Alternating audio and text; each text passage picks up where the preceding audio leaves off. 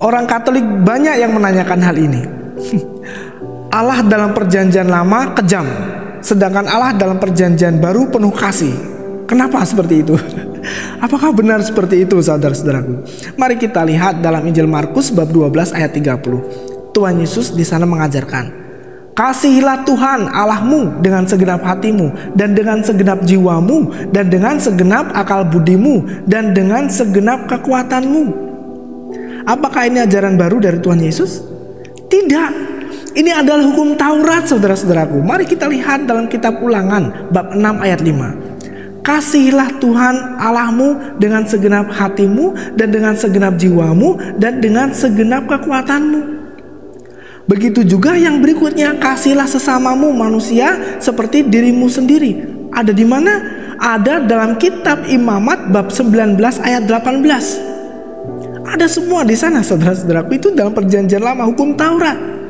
Jadi Tuhan Yesus tidak mengajarkan hal-hal yang baru, tetapi menggenapi apa yang telah disampaikan dalam perjanjian lama. Lalu mengapa bertanya Allah dalam perjanjian lama kok kejam?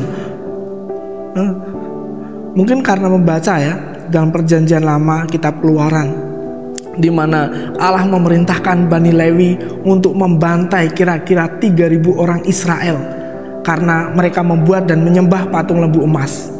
Dan setelah itu masih juga menulahi bangsa itu. Apakah tidak ada pengampunan? Ya, kita kan berpikir seperti itu. Sebenarnya saudara-saudaraku, Allah telah mengampuni. Itu sudah dijelaskan di ayat-ayat sebelumnya. Musa telah mohon pengampunan. Tetapi apa yang dilakukan bangsa itu? Tegar tengkuk. Mereka tidak menghentikan untuk menyembah patung lembu emas itu. Sehingga Tuhan menghajar mereka. Kalau kita baca kitab Yosua, ketika Yosua menyerang Yeriko, di sana ada seorang pelacur namanya Rahab. Nah, Rahab ini diselamatkan oleh Tuhan, sedangkan sisa dari kota Yeriko itu dimusnahkan oleh Tuhan. Karena apa? Karena Rahab dan keluarganya menerima Tuhan. Jadi memang Allah kejam di mata musuhnya. Di mata musuhnya, yaitu mereka yang membenci dia, pasti akan dihancurkan oleh Tuhan.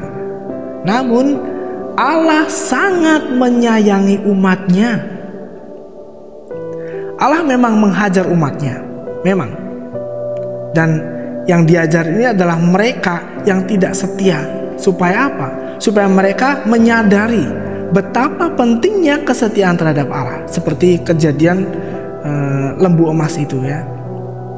Kalau ini tidak dilakukan oleh Allah, maka pasti mereka akan semakin tidak setia, semakin seenaknya, dan semakin tidak takut terhadap Allah. Lalu bagaimana dengan perjanjian baru? Itu tadi kan perjanjian lama. Baik, kita baca dalam Kisah Para Rasul bab 12. Di sana kita membaca kisah Herodes yang ditampar malaikat Tuhan dan mati dimakan cacing-cacing. Karena apa? Karena dia tidak memberi hormat kepada Allah. Bahkan dia menganggap dirinya itu Allah. Makanya ditampar oleh malaikat Tuhan.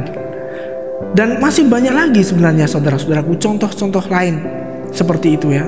Dan ada yang baru-baru ini yang meninggal karena ya menghina sabda Tuhan. Alkitab tuh ditaruh di belakang, kemudian membuang angin di atasnya itu kan. Ya.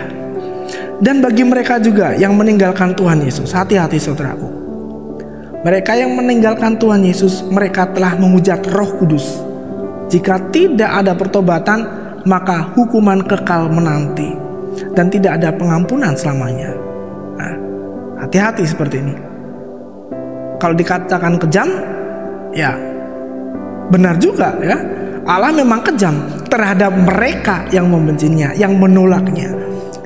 Tetapi Dia sangat sayang kepada kita yang percaya kepadanya, bahkan rela memberikan hidupnya untuk kita. Maka bersyukurlah kita mempunyai Allah seperti Dia, saudara-saudaraku. Setialah kita kepada Tuhan Yesus, supaya jangan kita binasa dalam api yang kekal.